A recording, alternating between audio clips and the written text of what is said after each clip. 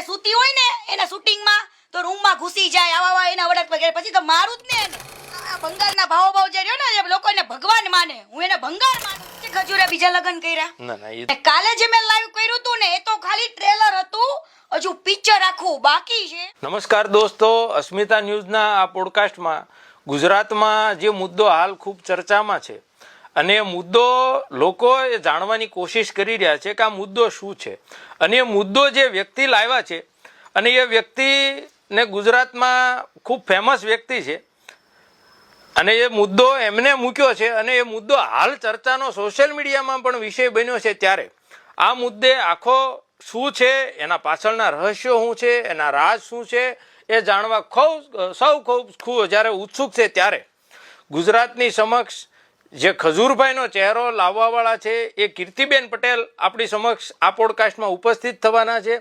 તો વિશેષ અને વધારાની ચર્ચા અને આખો મુદ્દો જાણવાની કીર્તિબેન પટેલ પાસેથી આપણે કોશિશ કરીશું. તો મળીએ કીર્તિબેન પટેલ કે જેમને સોશિયલ મીડિયાના સ્ટાર તરીકે ઓળખાય છે અને ગુજરાતમાં લગભગ કોઈ એવું વ્યક્તિ નહીં હોય કે કીર્તિ પટેલને એના નામથી ના ઓળખતું હોય.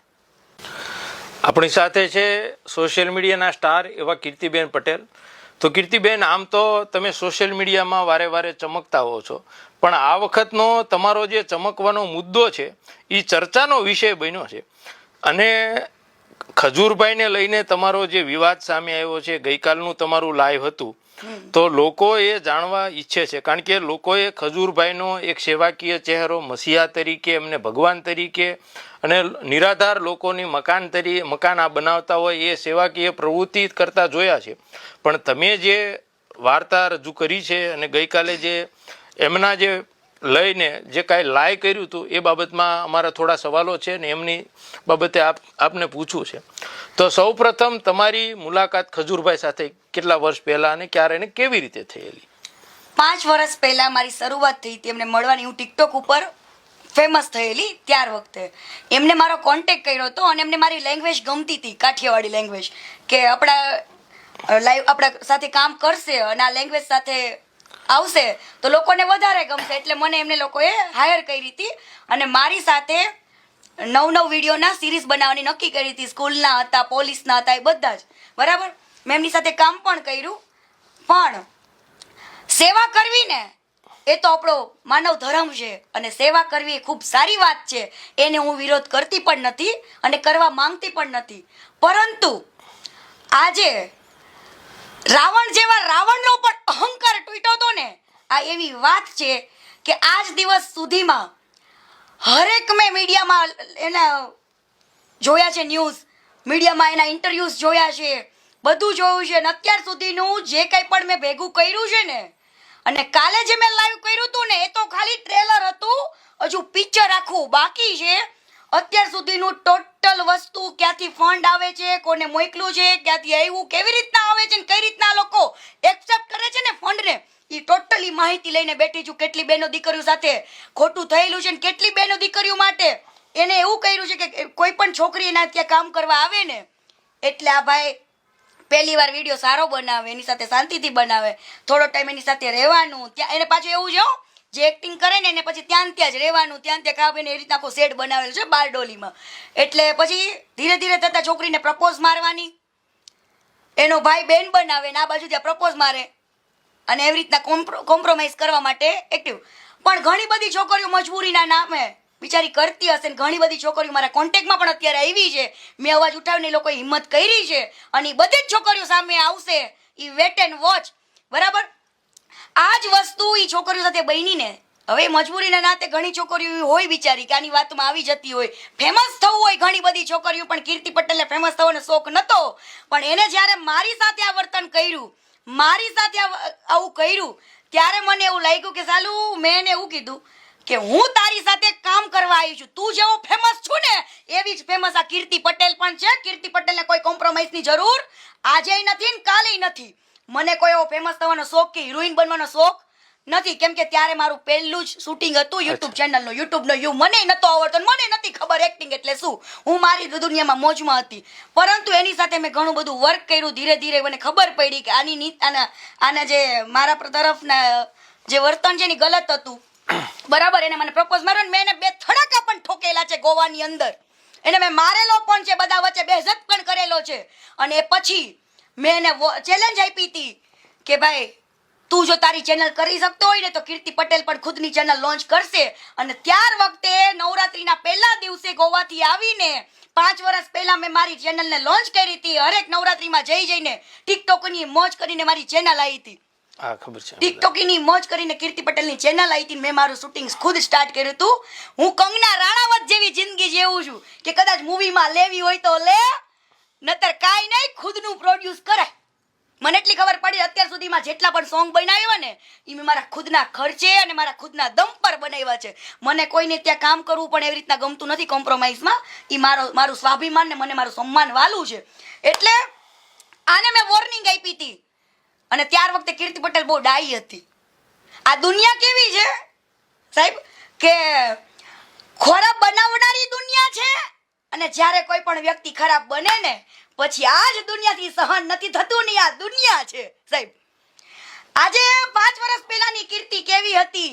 ગાળો નથી બોલતી, હે કદાચ કોન્ટ્રોવર્સી કરતી હતી તો મારો મીઠો ઝઘડો હતો ટિકટોક ઉપરનો, મીઠો ઝઘડો હતો કોન્ટ્રોવર્સી. અને એમાં કીર્તિ પટેલ ગાળી નથી બોલતી. સામેવાળાએ જે અમારી કોન્ટ્રોવર્સી કરી ની બધાય સારા હતા, એ લોકોએ મને કોઈ દિવસ ગાળ નથી આપી. અમારો મીઠો ઝઘડો ચાલતો ટિકટોકમાં પણ. પરંતુ તે જેમ ધીરે ધીરે આગળ વધી ને એમ ગાળો બની એટલે કીર્તિ પટેલ ગાળો બોલતી થઈ. પણ તમને શું લાગે છે કીર્તિ પટેલ એક જ ગાળો બોલે? તમે આ ભંગારના ભાવ જે રહ્યો ને જે લોકોને ભગવાન માને, હું એને ભંગાર માનું છું. ઈ વ્યક્તિને તમારે પૂછી લેવાનું, બધા એની સાથે જે રહેતા હોય ને બધા વ્યક્તિને આના શબ્દોમાં કેટલી ખરાબ ગાળો નીકળે ને એવી ગાળ તો આ કીર્તિ પટેલની નથી આવડતી. પણ છતાં પણ જે ખુલીને ગાળ બોલે એને લોકો ખરાબ કહે છે, અને જે પીઠ પાછળ કેટલી મોટી રાજ રમત રમે છે ને એને લોકો ભગવાન તરીકે પૂજે છે. પરંતુ આ ભગવાનનો ચહેરો હજુ તો મેં એક ટ્રેલર જ આપ્યું છે, હું તમને આપીશ પુરાવા સાથે અને લઈને બેઠી છું. હું છે ને ક્યારેય પુરાવા વગર વાત નથી કરતી અને સબૂત વગર કોઈ દી બોલતી નથી. આ કીર્તિ પટેલની કહેવાય ને મારું મેં બહુ દબાવ્યું, છુપાયું. મારા મા બાપને તો કોઈ દિવસ કોઈ એવું કહી શકે કે આને મારા અડપલા કર્યા? મને કોઈ આવી રીતના છેડતી કરી, મને આવી રીતના હું રાત્રે સૂતી હોય ને એના શૂટિંગમાં તો રૂમમાં ઘૂસી જાય, આવા એના વડક વગેરે, પછી તો મારું જ ને એને. બીજી બધી છોકરીઓ કેથી સહન થતું હોય. અને એની સાથે જેટલી છોકરીઓ કામ કરીને ગઈ ને એ બધી અંદર ખાને પૂછી લેવાનું આને આ જ કર્યું છે. ઘણી બધી છોકરીઓ મા બાપને ન કહી શકે, એવું કે તો કામ પર ન આવવા દે. પણ હું તો ખુલ્લીને કેવા વાળી છું. મેં મારા મા બાપને કીધું તું, પણ મારા મા બાપે ત્યારે મને મારા મા બાપ પાસે 3 વાર ગયો. કાજુ કતરીને પેંડા લઈને જાય પાછો મારા બેટો. મારા બાપાએ મને ચૂપ કરાવવા માટે મારા બાપાને, મારા પપ્પાને, મારા ભાઈને બધાને ભોળવા અને મને ચૂપ કરાવી કે ભાઈ કીર્તિને કયો કોઈ આવું બધું કરે નહીં. ત્યારે હું ગાળે ન બોલું, કાંઈ નથી કરતી, પણ છતાં પણ મેં ચેલેન્જ તો આપી હતી કે આ પબ્લિકને ખબર પડી. પણ મારા મા બાપે મને સમાય પણ કીધું કે ભાઈ જવા દે ને.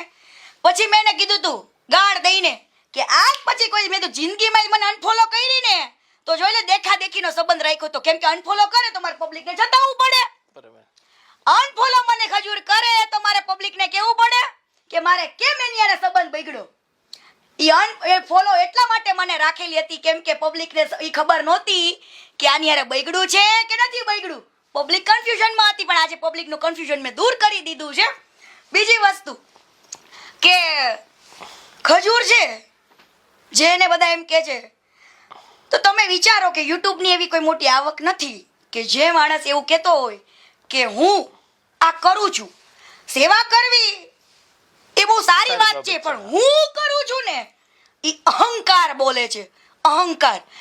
રાવણ જેવા રાવણને કીધું ને અહંકાર તૂટ્યો તો આ તો મહાણા છે. હરેક મીડિયામાં એવું બોલે છે કે હું મારી કમાણીમાંથી 99% વાપરું છું સેવામાં. પણ આ વિવાદ આ 5 વર્ષ પહેલાની તમારી સાથેની ઘટના અને આ 5 વર્ષ પછી આ વિવાદ આવ્યો, 5 વર્ષ પછી કીર્તિ પટેલ બોલ્યા અને ત્યાં 5 વર્ષ સુધી ચૂપ રહ્યા અને અત્યારે કેમ બોલવું પડ્યું? ઈ એક સમય બળવાન છે. હંમેશા કહેવાય ને કે માણસ સમયની રાહ જોતો હોય. અને આજે કીર્તિ પટેલને બોલવું તો ઘણું, પણ એ સમય નહોતો. કેમ કે પબ્લિક તો એને ભગવાન માનતી હતી. હું એ સમયમાં જો બોલેત ને તો આ પબ્લિક મને જ ગાળો દેત. એટલે તું ખોટી છું ને આવી છું ને પલાણું ઢીકણું મારો કજુ મારો ભગવાન. તો તમે અનુષ્ઠાન કરો તમારા ભગવાનના ભાઈ, માળા કરો તમારા ભગવાનના નામની. મને કોઈ જ તકલીફ નથી. તમે ભગવાન માનતા હોય તો મારા માટે પણ એ ભંગાર છે. બરાબર? ત્યાર વખતે સમય નહોતો સાહેબ. મને ઘણીવાર વિચાર આવે, અમે ચેનલના માધ્યમથી સોશિયલ મીડિયાના માધ્યમથી જોતા હોઈએ તો કીર્તિ પટેલ જે ચહેરાઓ ખુલ્લા પાડે છે અથવા તો જ્યાં કીર્તિ પટેલ હામી પડે છે કે લડત આપે છે તો કીર્તિ પટેલને ક્યાંય આમ લોકોનો કે કોઈ બીજા કોઈ જેની સામે પડે તો અમે તો તમે રાજદીપસિંહ રીબડા જેવા સાથે તમે પંગો લઈ લીધો તો તમને આમ ડર નથી લાગતો આમ જીવન? બિલકુલ નહીં. હું એવું માનું છું, સરદાર વલ્લભભાઈ એક લોખંડી પુરુષ હતા ને એના આપણે વંશજો છીએ. એક લોખંડી પુરુષનું લોહી આપણા રગરગમાં વસે છે અને એ પટેલ સમાજથી હું બિલોંગ કરું છું. કદાક્ષન હું એક વસ્તુ એમ કહું છું, કદાક્ષન કીર્તિ ગાળો બોલી, ચલો મને મારા સમાજે કદાચ અપનાવી ના અપનાવી, પણ એક પટેલ સમાજનો જો દીકરો હોત તો પટેલ સમાજનો જો દીકરો હોત ને તો મારો સમાજ આજે મારા વખાણ કરતો હોત કે ના આપણા સમાજમાં પણ કોઈ હિંમત વાળો કોઈ છોકરો છે. પણ આ જો કાંઈ વાંધો નહીં, મારા ઘરે 5 દીકરીઓ છે ને પપ્પાને એમને, હું 5મી છોકરા ટાઈપ જ રહેવા વાળી છું ને છોકરો છું ને પટેલ સમાજ માટે પણ છોકરો છું. કદાચ સમાજ માટે કદાચ મારો સમાજ મને સાથ આપે ને તો એમ કીર્તિ પટેલ જે અત્યારે 2 ડગલા વધે છે ને તું મારા સમાજ માટે મારો જીવ આપી દઈશ દોડીને. સમાજનો સાથ મળ્યો ને સાહેબ તો. પણ આજે વસ્તુ એવી છે કે દુનિયાની સોચ દૂરથી નાણાને ગમે તેવું કહી શકે લોકો, પણ જે પર્સનલ ઓળખતા હોય ને એને જ ખબર પડે કે કીર્તિ પટેલ વ્યક્તિત્વ શું છે. હમણાં ફેસબુકમાં અને બીજે ત્રીજે આપણે જોઈએ છે તો એક તો પેલું તેલ વાળું બહુ ચાલ્યું છે, શુદ્ધ ઘાણીનું તેલ. બીજું એક ભાઈ મનીષભાઈ કરીને કોઈ સૌરાષ્ટ્રના વ્યક્તિ છે અને સહજ સિંગ તેલ એમની બ્રાન્ડ છે અને 5 લીટર મોકલાવું મારા વાલાથી ફેમસ થયા છે. મેં વિડિયો બનાવેલો કે 5 ગાળો મોકલાવું મારા વાલા. એટલે એવી જ રીતે હમણાં ખજૂરભાઈનું પણ અન્નપૂર્ણા સિંગ તેલ આવ્યું હતું અને એ પોતે પણ એક તેલનું બ્રાન્ડિંગ કરતા હતા અને પછી એ બધી પોસ્ટો ડિલીટ થઈ. તો એમાં તમે શું જાણો છો કે એ આખી ઘટના? એમાં તો હું જે જાણું છું ને એ તો કદાચ આ ગુજરાત જાણતું નથી. મનીષભાઈ પ્રોપર બિઝનેસ કરે છે, એક બિઝનેસમેન છે ને એને જે માર્કેટિંગ કર્યું ને મનીષભાઈએ એને તો કહીને જ કર્યું છે કે હું એક બિઝનેસમેન છું, એક બિઝનેસ કરું છું. બરાબર, પણ આ વ્યક્તિએ સેવાના નામે માણસને મારી ભાષામાં કહેવાય ને તો બનાવી નાખ્યા. સેવાના નામે એવું કીધું કે અન્નપૂર્ણા બ્રાન્ડ મારી 12 વર્ષ જૂની મારી પોતાની બ્રાન્ડ મારી છે અને આ જે કંઈ પણ ફંડ આવશે, જે કંઈ પણ પૈસા આવશે એ સેવામાં વપરાશે. આજે હું તમને સાહેબ એક વાત કરું કે કોઈ પણ માણસે સેવાના નામે બિઝનેસ ચાલુ કર્યો હોય બરાબર, તો પછી તમારું ટકાવારીનું પ્રોફિટનું એવું કંઈ જોવાનું હોય?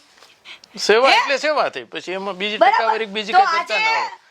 અન્નપૂર્ણા વાળાએ આને છે ને પાર્ટનરશિપ આપી ખાલી માર્કેટિંગની કે 20% પાર્ટનરશિપ આપી.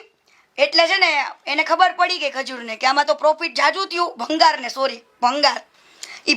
ખબર પડી ગઈ કે આમાં પ્રોફિટ વધારે છે.